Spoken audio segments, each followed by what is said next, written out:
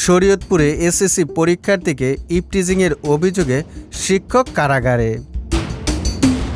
শরীয়তপুর নড়িয়া উপজেলায় পরীক্ষার হলে এসএসসি পরীক্ষার্থীকে যৌন হয়রানির অভিযোগে এক শিক্ষককে 10 দিনের কারাদণ্ড দিয়েছে ভ্রাম্যমাণ আদালত।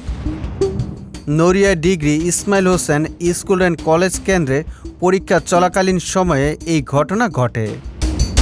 নড়িয়া উপজেলা নির্বাহী কর্মকর্তা আমিনুল ইসলাম বুলবুল জানায়, এসএসসি পরীক্ষা চলাকালীন সময়ে 2 পরীক্ষার্থীকে যৌন হয়রানি করা হয়েছে বলে 2 শিক্ষার্থী একটি লিখিত অভিযোগ দেয়। তাদের অভিযোগের প্রেক্ষিতে জুলহাস উদ্দিন নামে এক শিক্ষককে আটক করা হয়। পরে ভ্রাম্যমাণ আদালতের মাধ্যমে তাকে 10 দিনের কারাদণ্ড দেওয়া হয়েছে।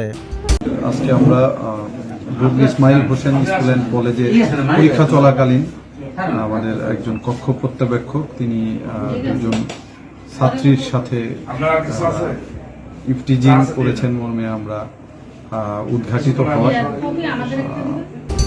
ভ্রাম্যমাণ আদালতের বিচারক ও নড়িয়া উপজেলা নির্বাহী কর্মকর্তা আমিনুল ইসলাম বুলবুল বিষয়টি নিশ্চিত করেন। সুজিত মণ্ডল, সবার কথা।